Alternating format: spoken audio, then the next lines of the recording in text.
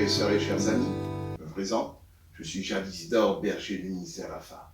Tel que vous l'avez su, nous n'avons pas su tenir notre temps d'étude lors de semaines précédentes, car nous avons rencontré des troubles au niveau de la technique. Mais ce matin, par la grâce du Seigneur, le trou est rentré dans l'ordre et nous pouvons ensemble poursuivre cette étude. Cette étude à savoir où sommes-nous rendus par rapport aux prophéties de la fin.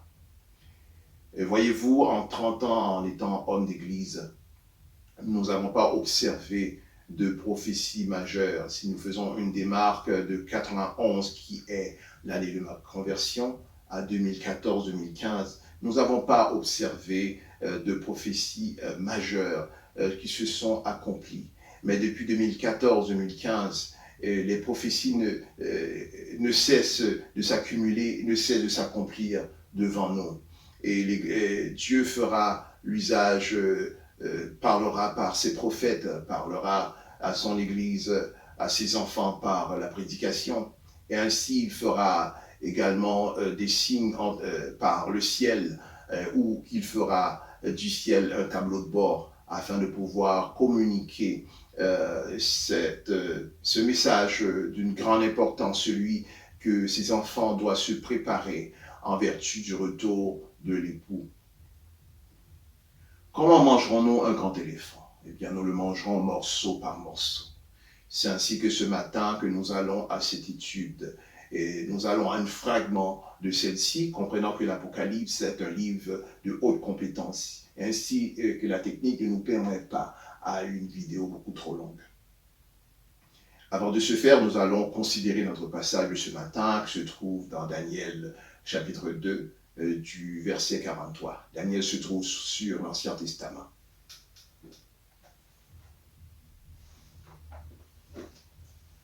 Daniel 2, le verset 43. Cela se lit comme suit. Tu as vu le fer mêlé avec l'argile, parce qu'ils se mêleront par des alliances humaines, mais ils ne seront point unis l'un à l'autre, de même que le fer ne s'allie point avec l'argile. Avant d'aller plus loin, nous allons nous courber par un mot de prière afin de pouvoir répandre ce temps d'étude entre les mains du Seigneur. À toi seul soit la gloire, à toi seul soit la brillance, c'est à toi seul qu'est la rayonnance et l'éclat.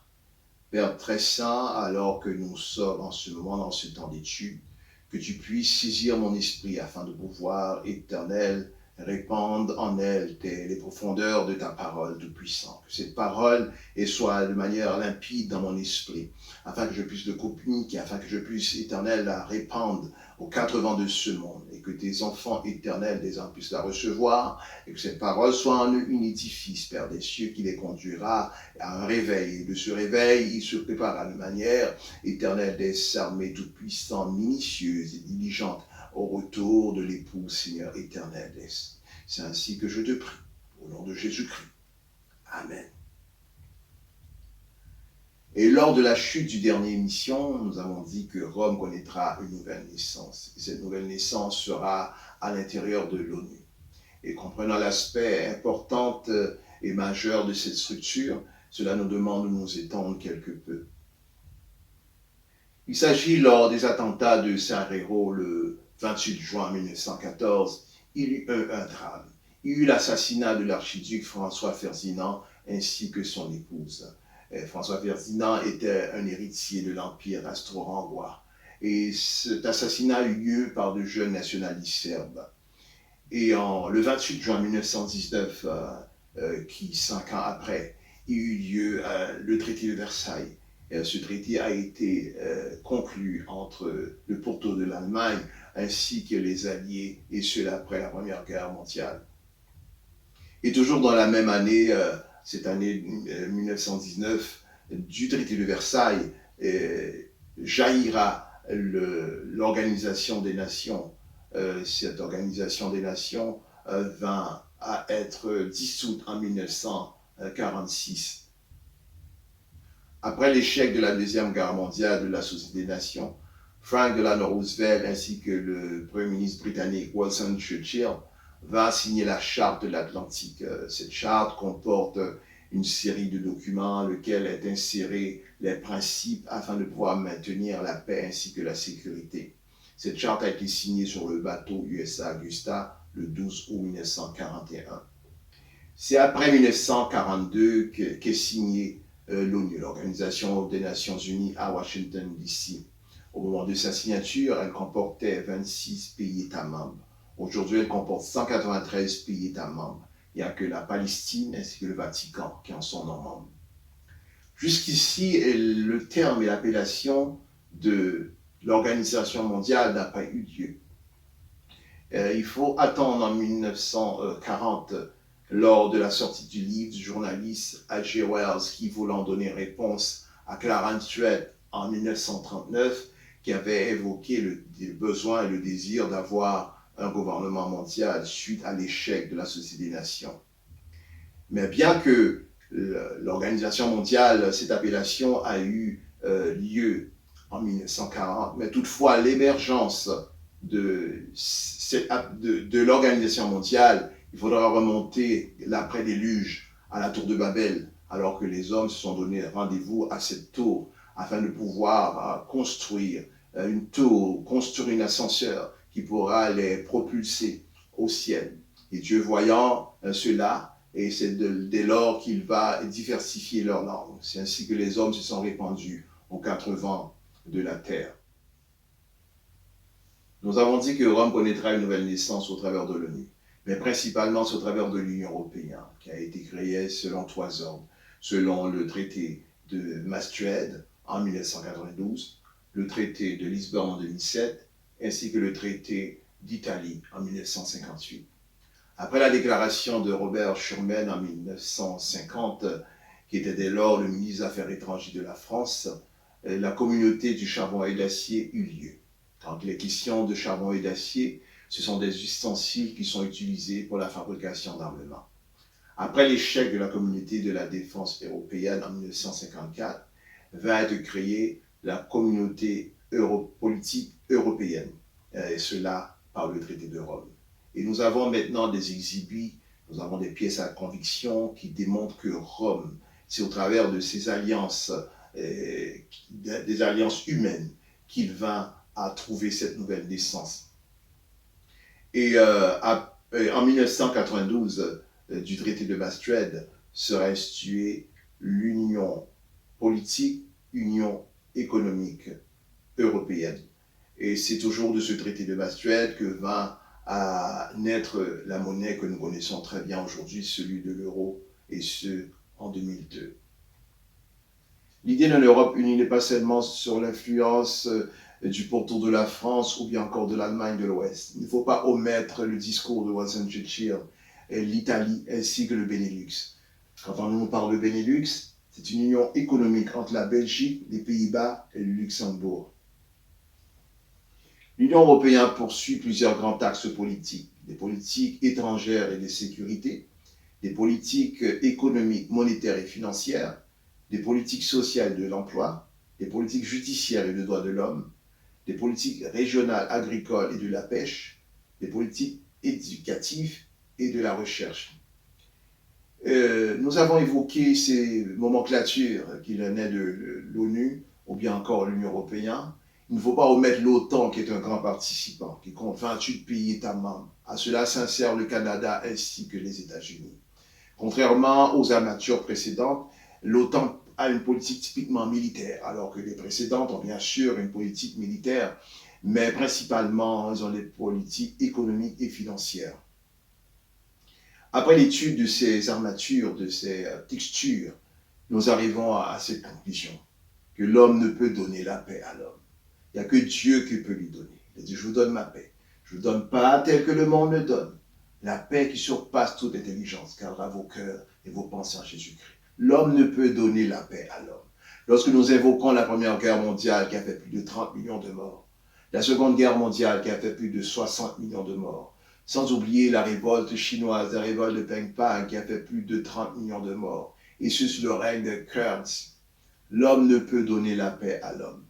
Satan, lorsqu'il s'agit d'empire, que c'est du domino, sachant qu'un empire renversera un autre, alors que l'empire de l'Égypte a été renversé par celui de la Syrie. La Syrie a été renversée par l'empire, celui de Babylone. Et Babylone a été renversée par celui des Mèdes et des Perses. Et Satan, qui pour sa part a essuyé plusieurs défaites, non seulement a essuyé des défaites, mais il connaîtra des défaites à venir. La défaite première est celui du ciel, lequel a été précipité au bas de la terre, au jardin d'Éden. Et du jardin d'Éden, il conduira l'homme à sa chute. Et Dieu, voyant cela, a prononcé une condamnation et des condamnations, duquel que de la femme, tu la blesseras au talon, et celle-ci t'écrasera la tête. Ici, lorsqu'il est question de la femme, il ne s'agit pas de l'Église, mais bien de Sarah. Lorsqu'il est question de la postérité de la femme, il ne s'agit pas d'Isaac. Isaac est l'enfant de la promesse. Lorsqu'il est question de la postérité de la femme, il s'agit de Jésus qui est le Christ.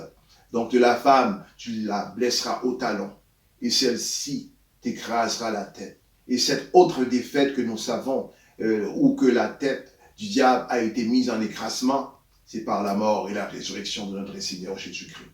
Et la défaite à venir, c'est celui lorsque Christ viendra dans son règne glorieux.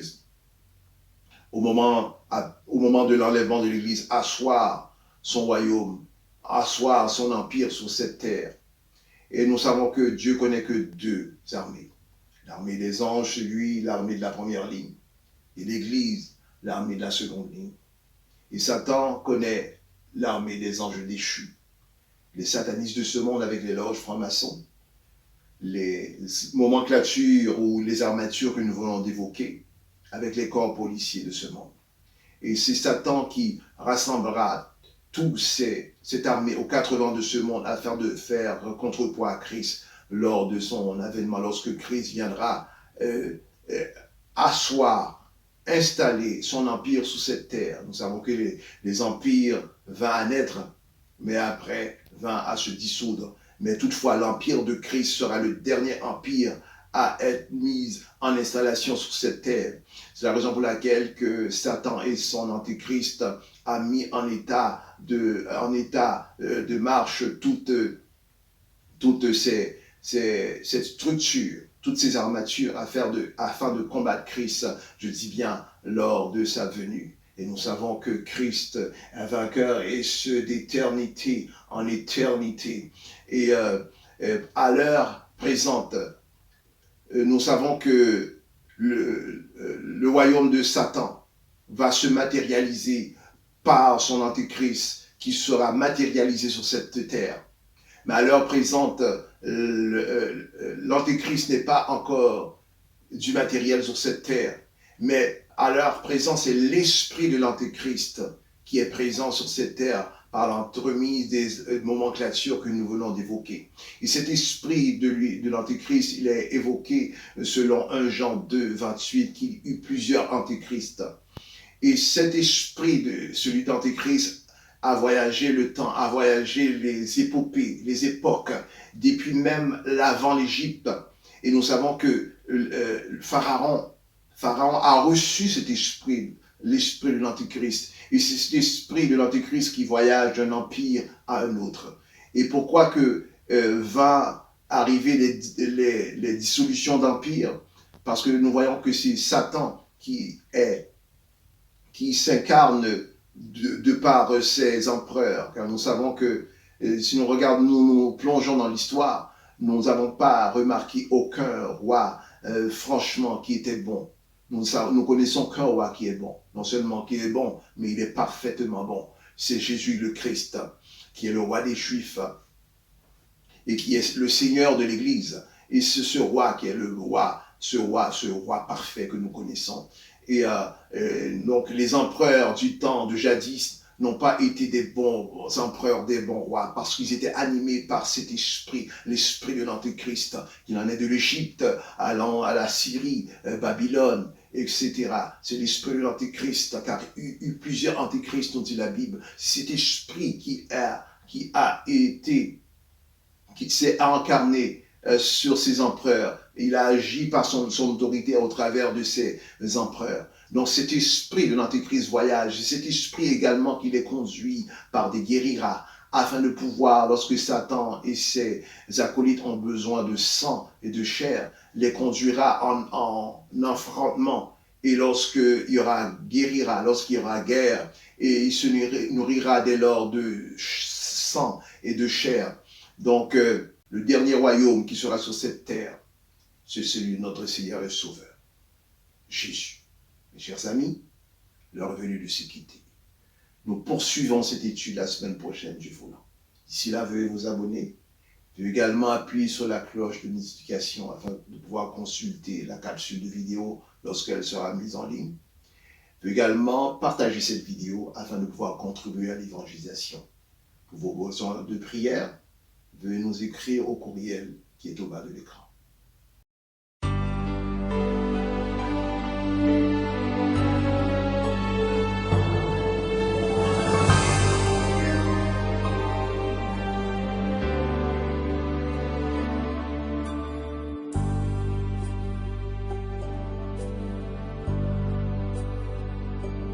Je sais qu'un jour, mes yeux verront Jésus.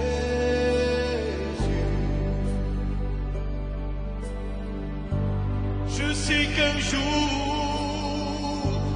mes yeux verront Jésus.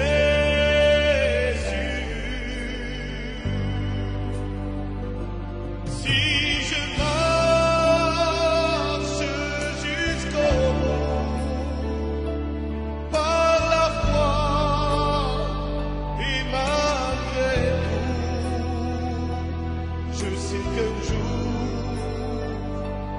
mes yeux verront Jésus.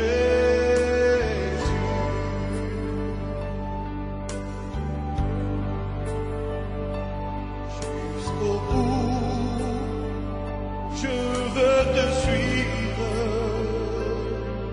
dans les bons, les mauvais jours. Avec Dieu, mourir c'est vivre. Avec Jésus, oui pour toujours. Je sais qu'un jour, mais